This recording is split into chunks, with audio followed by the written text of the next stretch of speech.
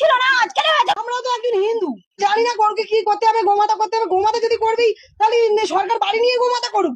মানতেই পারছি না যে সোনার বাংলা করবো। সোনার বাংলা করার থেকে এটা কি করছে, তার থেকে জয় বাংলা অনেক ভালো ছিল। আমাদের তীর্থ নিয়ে যাক, না আমাদেরকে কি করবে করুক।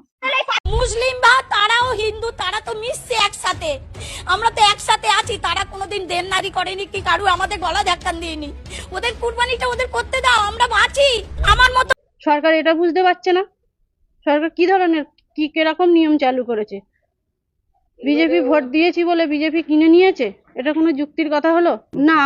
আমার মতন মহিলা, আমি মহিলা সমিতি থেকে 5 লাখ টাকা নিয়েছি, চলো আমার ব্যাংকে সব আমি জমা দিই, সুদ আসল। কি অবস্থা হয়েছে, আমার স্বামী ভ্যান থাকে, ভ্যান চালায়, আমরা এইভাবে বাঁচি। তাহলে আমাদের বাচ্চা কাচ্চা সব আছে, তাহলে আমরা কি করে খাবো, কি করে করব?